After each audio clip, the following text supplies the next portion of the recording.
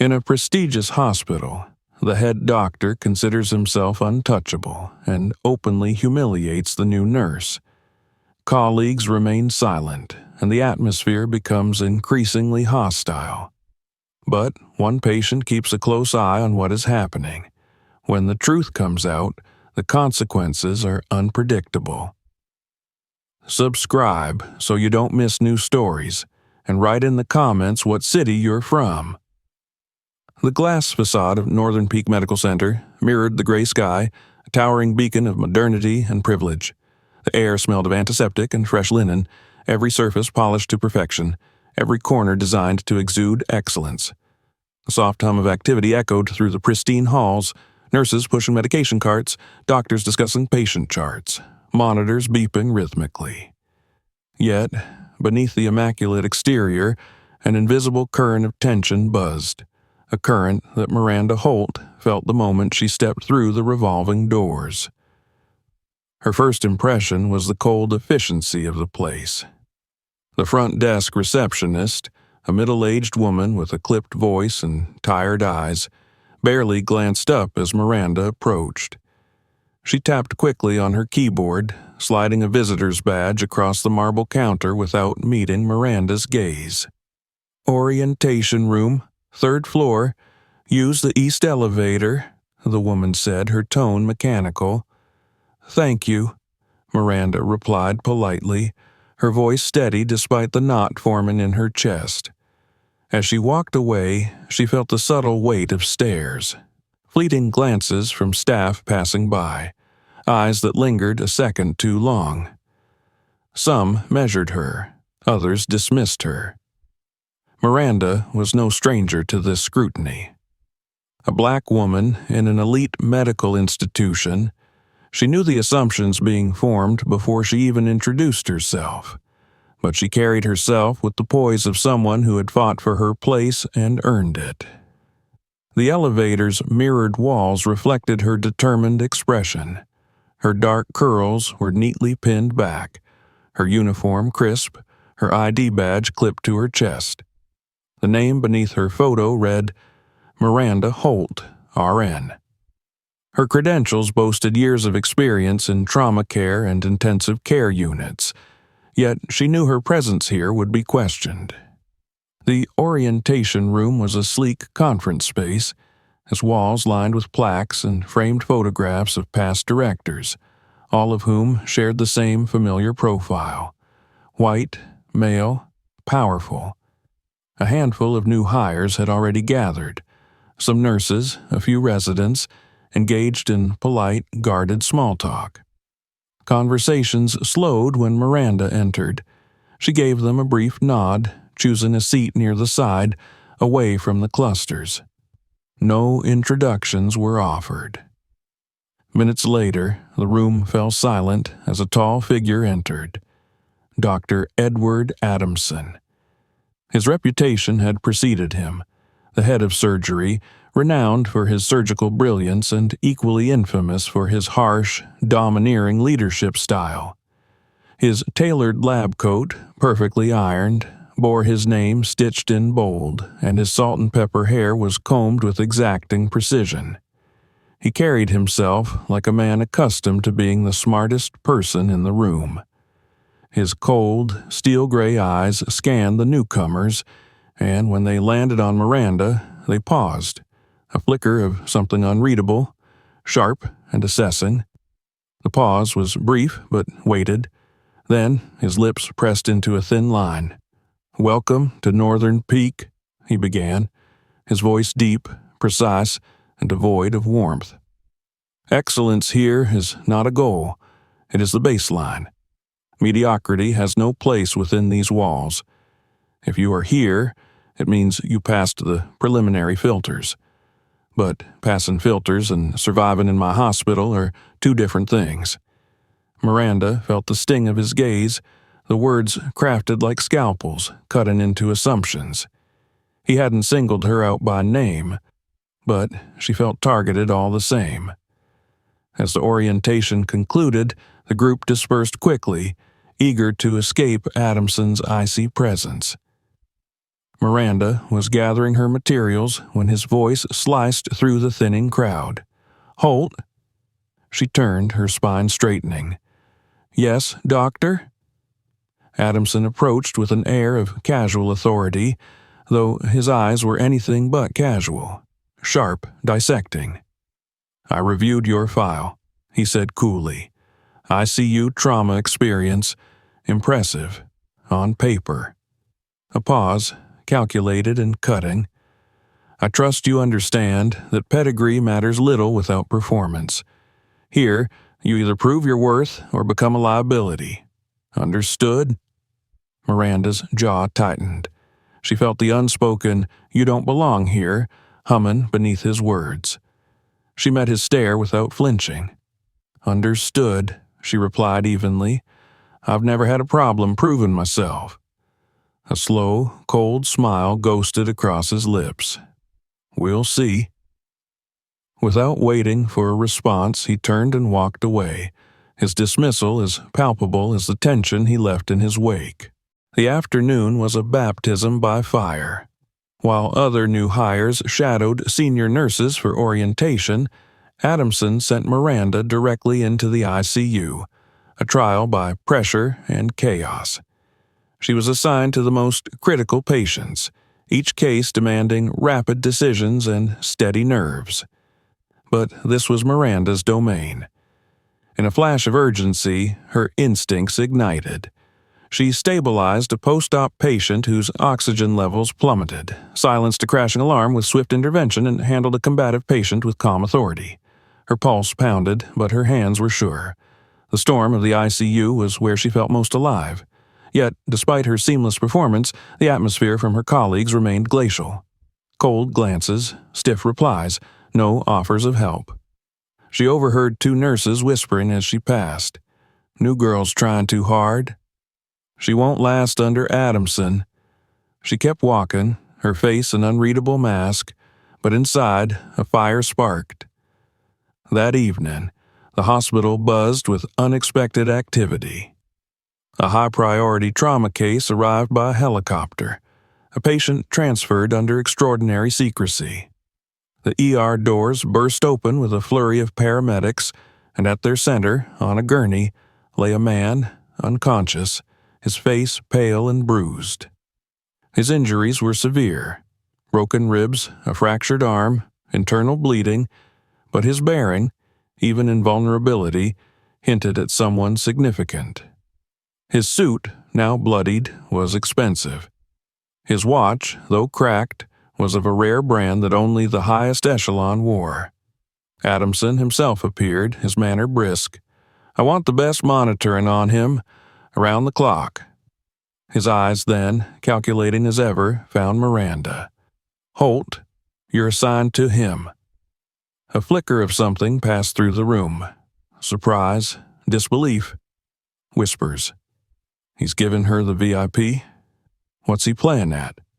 But Miranda knew. This was no honor. This was a test, a trap. If the patient's condition deteriorated, the blame would fall squarely on her. She lifted her chin. "Understood, doctor." The patient's name, Nicholas Cain. Vital signs, unstable but holding. As Miranda worked through the night, her fingers moved with precision, checking drips, adjusting monitors, ensuring every detail was immaculate. She charted his progress with meticulous care, and she felt it. The eyes. From the observation glass, someone was watching her, not with disdain, but with curiosity. It was him. Though his injuries should have kept him unconscious, Cain's half-lidded eyes, clouded with pain but keen with perception, followed her movements. Their gazes met, and for a fraction of a second, something passed between them, an unspoken understanding. Then his eyes closed, and the machines resumed their steady beeping, but Miranda felt it. The storm was only beginning. The fluorescent lights of the ICU cast a harsh, sterile glow over the ward, their hum blending with the rhythmic beeps of heart monitors and the soft rustle of rubber soles on polished floors. The familiar scent of antiseptic lingered, sharp and clinical. It was early morning, and Miranda Holt had barely stepped onto the floor when the tension in the air pressed against her skin, thick and suffocating. She felt the shift immediately, the way conversations hushed as she passed, the fleeting glances from her colleagues that carried more judgment than acknowledgement. Her assignment board flashed her tasks for the day.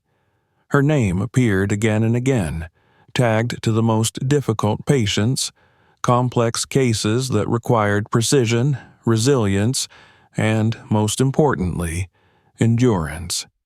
It was a workload twice as heavy as her colleagues, a punishment thinly veiled as a challenge. She knew exactly who was behind it. Dr. Edward Adamson had made his message clear. He intended to break her. The morning's chaos began without preamble. Her first patient, a middle-aged man recovering from bypass surgery, crashed minutes after her assessment, his blood pressure plummeting without warning.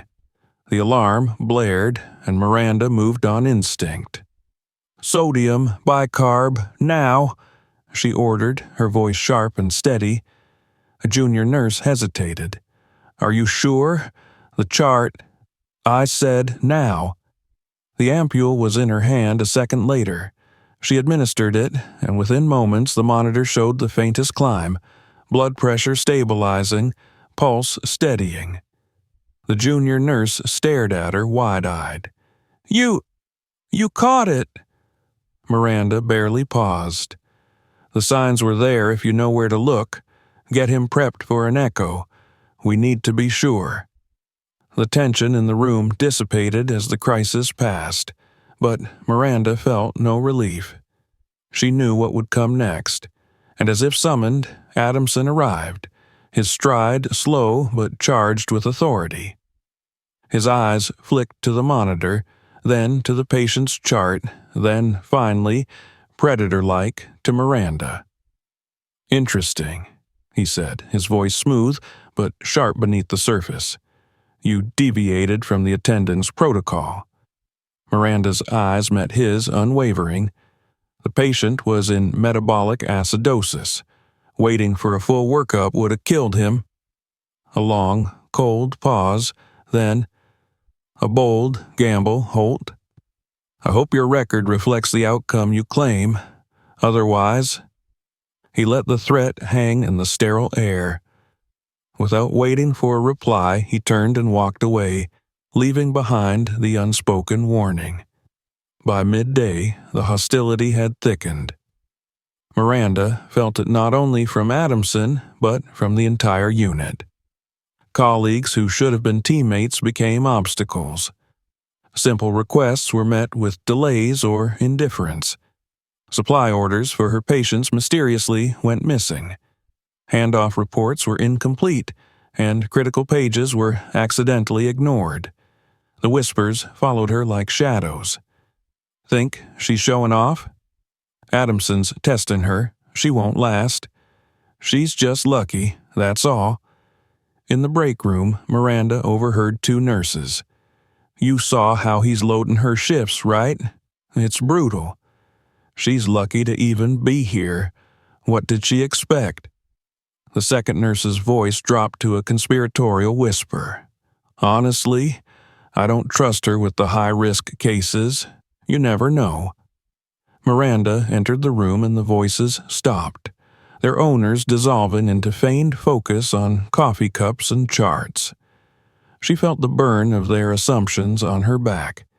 Her reprieve, if it could be called that, came in room 412, Nicholas Cain's private suite. Unlike the hostility of the ICU, Cain's room felt still, isolated but not cold. The man himself, despite his injuries, radiated a quiet intensity that matched her own. Today, he was more awake, his eyes sharper than before. "You look worse than me," he said dryly, his voice hoarse but amused. Miranda allowed herself a soft, tired smile as she adjusted his IV. "Rough crowd, but I'm used to it." Cain watched her with a gaze that felt uncomfortably knowing. "Used to it. Interesting choice of words." She glanced at him, but he said nothing more. The evening shift brought fresh hostility. Adamson, with a subtle cruelty, reassigned her from Cain's case to another patient known throughout the unit for his vitriol. Mr. Henderson, a retired officer with a reputation for breaking down even the most seasoned nurses, was as combative as he was ailing.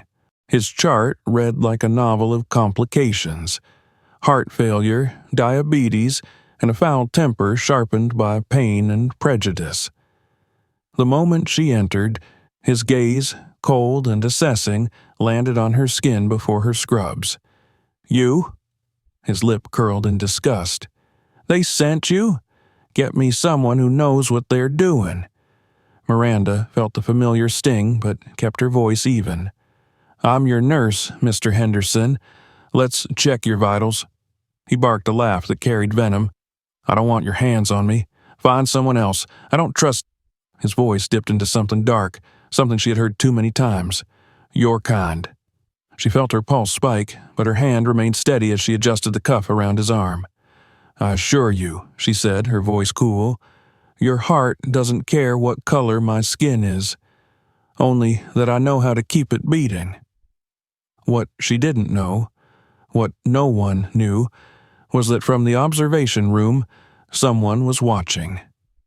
Cain, his eyes slightly narrowed, had requested the live patient feed for his room and beyond, a privilege granted only to someone of his status.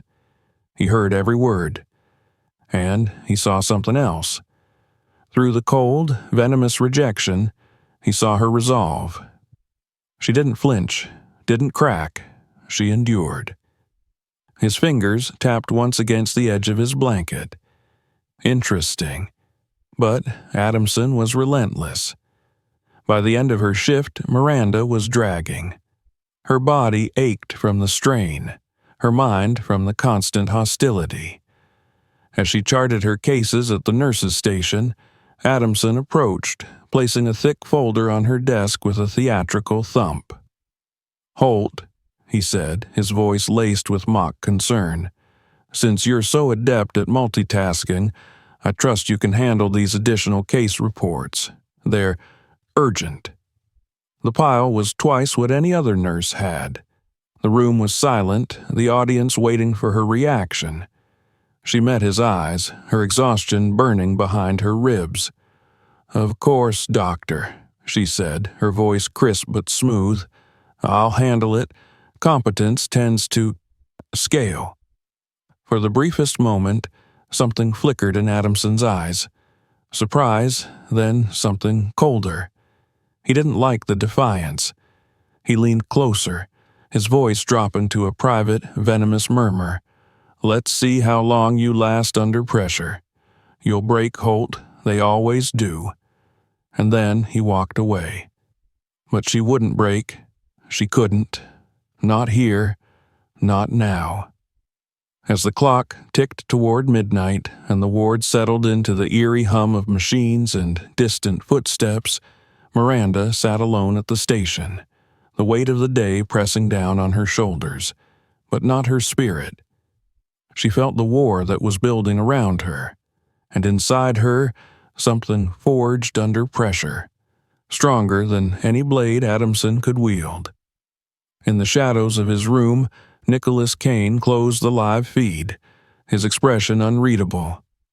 His voice, low and thoughtful, broke the silence. "She doesn't break." He leaned back against his pillows, a faint, calculating smile forming. Good. The game was only beginning. The operating room pulsed with cold intensity. Overhead lights glaring white, the steady beep of monitors marking the seconds with mechanical precision. The air was thick with antiseptic intention.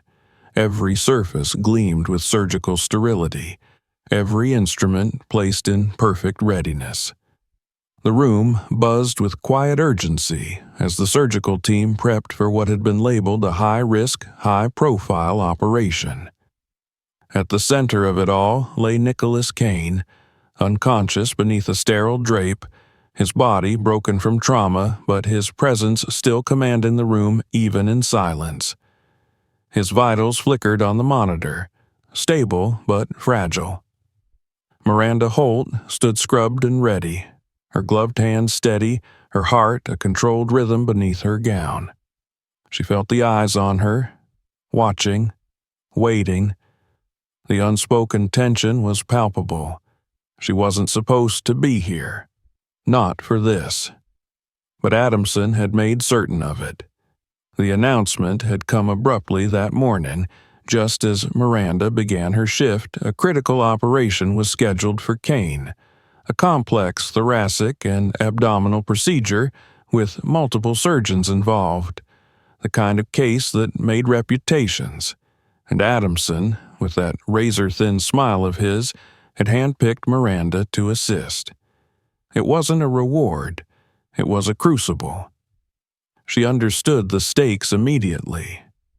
If anything went wrong, if she missed a beat, if she made the slightest error, Adamson would ensure she bore the blame. And this time the fallout wouldn't be whispers or cold shoulders. It would be her career. But Miranda wasn't one to flinch. The room was cold, the kind that seeped through layers of surgical gowns and gloves.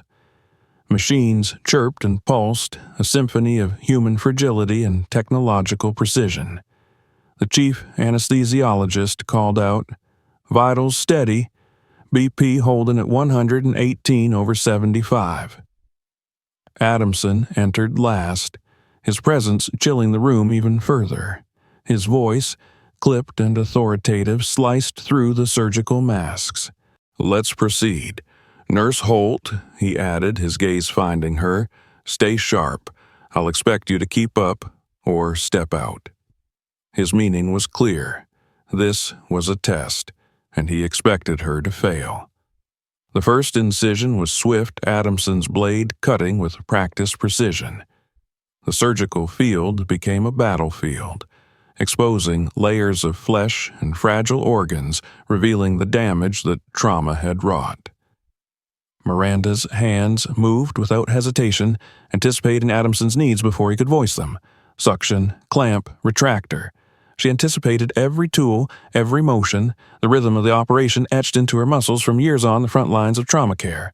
But Adamson, true to form, began testing her in subtler ways, snapping orders in rapid succession, demanding instruments without naming them fully, skipping the surgical shorthand they all knew, a tactic meant to trip her, to slow her down, to expose hesitation. Miranda didn't stumble.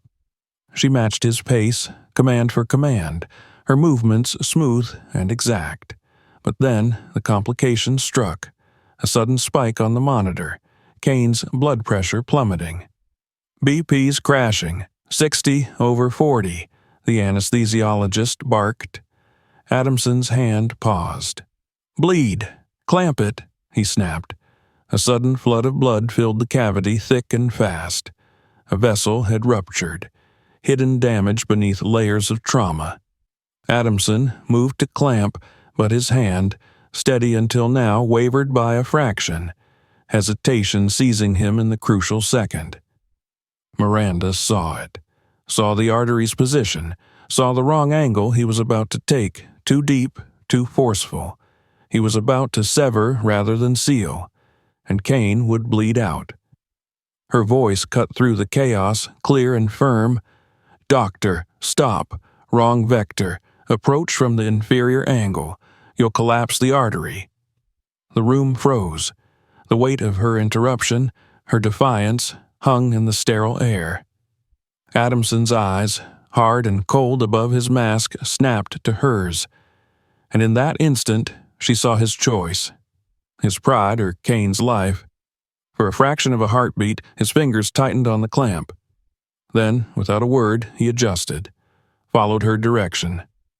A new clamp, a slower, shallower angle. The bleed slowed, then stopped. "BP stabilizing," the anesthesiologist called, voice tight with relief. 85/55 and rising. The tension in the room didn't ease. It changed. because everyone knew what had just happened. Miranda had saved the patient. She had saved his patient, but no one dared speak it. The operation continued for another grueling hour. Miranda remained unshaken, every move precise, every decision swift. When the final sutures were placed and the incision closed, the room seemed to exhale in collective exhaustion. Adamson, however, wasted no time. The moment the patient was wheeled out, he turned, his voice cutting and low. "Holt, with me." He led her from the sterile confines of the OR into a private consultation room, white walls, a monitor still displaying Cain's vitals. The door clicked shut behind them. The cold mask of his professionalism peeled back, revealing something sharper. "You dared to question me?" His voice was quiet but thrumming with venom. "In my OR?"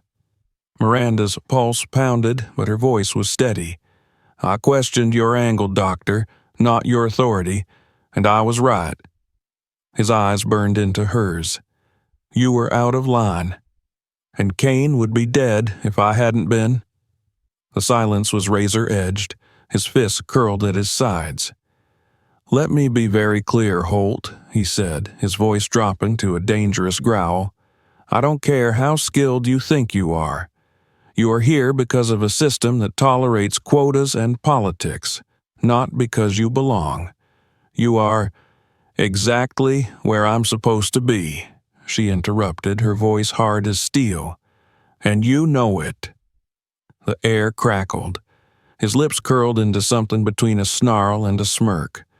"That arrogance will cost you. I could end your career before you ever have one here. And if Cain had died because of your ego," she shot back, "who would you have answered to?" The door suddenly opened behind them, and a voice, low, firm, and utterly unexpected, spoke. "To me." Adamson's face froze. Miranda turned and saw Nicholas Cain, awake, standing. His voice, though rough from the anesthesia, carried a weight that silenced the room. His eyes, sharp and cold as a judge's, locked onto Adamson. "I heard everything," Cain said, his voice slow but cutting. "Every word, every threat, every insult." Adamson's composure shattered, his face paling. "Mr. Cain, You will not interrupt me." The room felt smaller, the air charged. Cain's gaze flicked to Miranda, and for the first time she saw something different in his eyes. Not just calculation, but recognition. Then he turned back to Adamson. "You put your pride over my life," he said, his voice tightening. "And when Holt saved it, you tried to bury her under your arrogance." Adamson's voice, thin with desperation, found purchase. "This is a misunderstanding." "No," Cain cut in, cold and final. "The only misunderstanding was thinking you were untouchable." He paused, letting the silence sharpen the blow. "That changes now." The fallout was swift. Within hours, the hospital board was summoned. Video recordings from the OR and patient observation feeds, authorized under Cain's directive, were reviewed. The evidence was damning. Adamson's hesitation, Miranda's intervention, his threats behind closed doors. By the day's end, Edward Adamson was suspended pending a formal investigation. His name stripped from the surgical roster. The news spread like wildfire. The whispers that had shadowed Miranda for weeks turned into a stunned silence, then a slow-growing wave of respect, some grudging, some genuine. But Miranda didn't bask in it. She didn't celebrate, because she knew this wasn't over. Not yet. As she prepared to leave that night, she found Cain waiting for her near the exit, a faint shadow of exhaustion on his face, but his eyes still sharp. "Nurse Holt," he greeted, his voice softer now, but still weighted. "Or should I say, the woman who saved my life." Miranda met his gaze, searching his expression.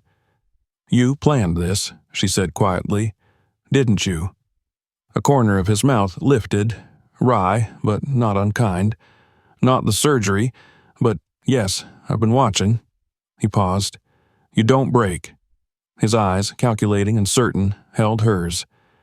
"And that's exactly the kind of person I need." Her brow furrowed. "For what?" Cain's smile sharpened. "To help me tear this place down and rebuild it properly." The storm had passed, but the war was just beginning. The atmosphere inside Northern Peak Medical Center was electric, charged with the aftermath of the operation and the sudden, seismic fallout from Cain's revelations. Whispers flooded every corridor, every break room. Nurses gathered in huddles, their voices low but frantic. Doctors exchanged guarded glances, their expressions tight with unease. The once untouchable facade of the hospital had cracked wide open, and through it spilled the rot that had long festered beneath. The news had spread quickly. Dr. Edward Adamson, the hospital's feared and revered head of surgery, suspended pending investigation. The reason? His negligence during Cain's surgery and his documented harassment of Nurse Miranda Holt. Even more stunning, Nicholas Cain himself, the hospital's VIP patient, was far more than that.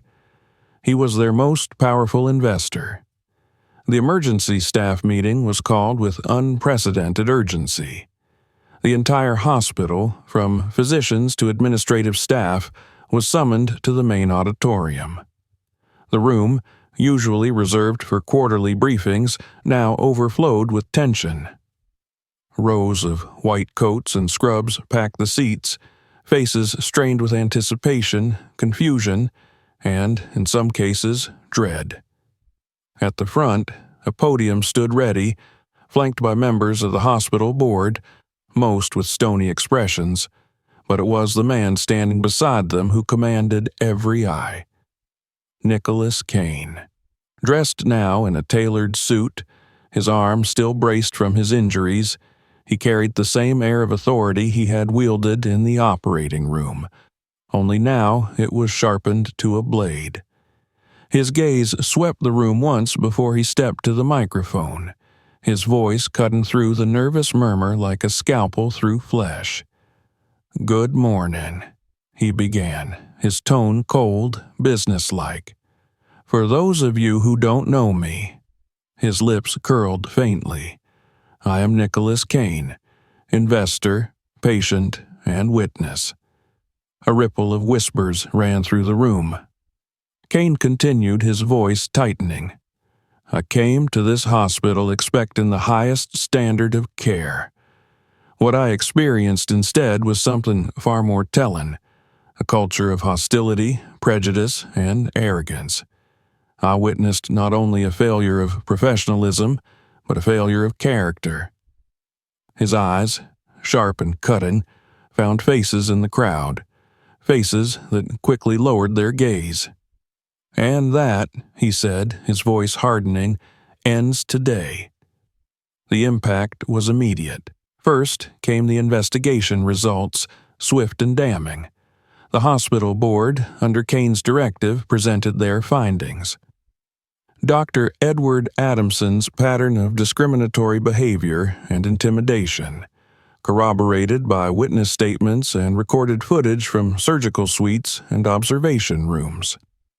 Documentation of unequal workload distribution, targeting Nurse Miranda Holt. Fabricated performance complaints designed to discredit her. And, most critically, his near-fatal error during Cain's surgery, saved only by Holt's intervention. The room fell into a tense, frozen silence as the board delivered their final resolution. "Effective immediately," the chairman announced, his voice firm but heavy, "Dr. Edward Adamson is hereby terminated from Northern Peak Medical Center. His medical license will be referred for review by the state board for potential revocation." The gasp from the crowd was collective, a mixture of shock, relief, and, from some, disbelief. The fall of a titan, But the reckoning wasn't over. Cain stepped forward once more. "The removal of one man," he said coldly, "does not fix what is broken here." His eyes swept the room and his voice dropped into something quieter, more dangerous. "You all saw it, you all knew it, and you allowed it to fester." The accusation settled over them like lead. Miranda Holt sat toward the back, her hands clenched against her knees, her heart pounding. She felt the stares, a sudden shift in attention. Some were curious, others were wary, and some were resentful, their pride pricked by what they now knew, that she had stood firm while they had looked away. Cain's voice rose again. "This hospital will change, not through slogans or half measures, but through accountability and action." He paused, his next words striking like a hammer. "And, leading that change," he said, his gaze landing squarely on her, "will be Nurse Miranda Holt." A murmur swept through the crowd, confusion, surprise, some outrage. Miranda felt the air leave her lungs. She rose slowly, her face unreadable, and made her way to the front, the weight of every eye in the room pressing against her spine. She met Cain's gaze, her voice low but firm. "You didn't ask me," she said, her words measured but charged with meaning. Cain's expression was faintly wry, but his voice was resolute. "No, I didn't." His eyes, though, held something sharp and knowing. "But you're exactly who they need, and you know it." Miranda turned to face the crowd. The people who had ignored her, shunned her, watched her fight alone. Her voice, when it came, was clear, steady, and strong. "I didn't come here to lead," she said plainly. "I came here to do my job, to help people. But what I found was a place where power mattered more than patience, where silence covered up failure, where fear let the worst among you flourish." She paused, letting the silence breathe, her gaze sweeping across their faces. "You all saw what Adamson did, and you stayed quiet. Some of you helped him, some of you let it happen, but all of you were part of the system that allowed it." The tension in the room thickened. "But," she continued, her voice tightening with something like steel, "if I've learned anything here, it's that silence is complicity." She lifted her chin. "So if I'm going to lead, I'll lead by breaking that silence." Her next words rang out hard and clear. "Change is coming, and every single one of you has a choice. Help fix what's broken or get out of the way." The room hung in charged silence, and then applause. It began small, scattered, a few hands tentative but firm. Then it grew, swelling into something undeniable. Nurses, some who had once turned their backs on her, now stood clapping. A few doctors, then more. Not everyone, but enough. The days that followed ignited a firestorm. The hospital's reforms, backed by Cain's authority and Miranda's leadership, began swiftly and without compromise. A full review of staff conduct, performance and behavioral records were audited. Those found complicit in misconduct were reprimanded or dismissed. Mandatory inclusion and ethics training, not just a formality but a requirement, led by external experts and survivors of medical discrimination. Revamping hiring and promotion processes. Transparency became the standard, and recommendations gave way to merit. Some staff quit outright, unwilling to accept the new order. Others grumbled but stayed, their resentment simmering beneath uneasy compliance. But a growing number, especially younger nurses and residents, rallied behind the change. The culture, once built on silence, began to shift. Through it all, Miranda worked, not behind a desk, but on the floor. She was still a nurse, still walking the halls, still answering call lights, still holding patients' hands. But now, when she spoke, the room listened. The respect she earned was hard-won and not universal, but it was real. A month after Adamson's fall, Miranda found herself on the hospital rooftop, the chill wind brushing against her skin. She wasn't alone. Nicholas Cain stood beside her, his injuries healing, his gaze thoughtful as it swept the horizon. "Quite the mess," he said, his voice wry. "But progress always is." Miranda's voice was quieter. "It's not over." "No," Cain agreed, his eyes flicking to her. "It's just beginning." She turned to him, her expression sharp. "You didn't just want to fix this hospital, did you?" His lips curled faintly, but his voice carried steel. "No, this is the first crack in a much bigger wall." His gaze met hers, cool but certain. "And if you're willing, I want you to help me tear it down. Everywhere." A long silence stretched between them, filled with unspoken possibility. Miranda looked out over the city, the vast network of hospitals and institutions where the same battles were waiting, unseen but no less real. Her jaw tightened. Her heart burned. Then, "I'm in." Below, the lights of Northern Peak blazed into the night, a monument not to what had been, but to what would be. The reckoning had come, and it was only the beginning. If you enjoyed this story, don't forget to subscribe for more powerful narratives and inspiring journeys. Share this video with your friends to spread the message, and check out our other videos for more stories that challenge, captivate, and inspire. See you in the next one.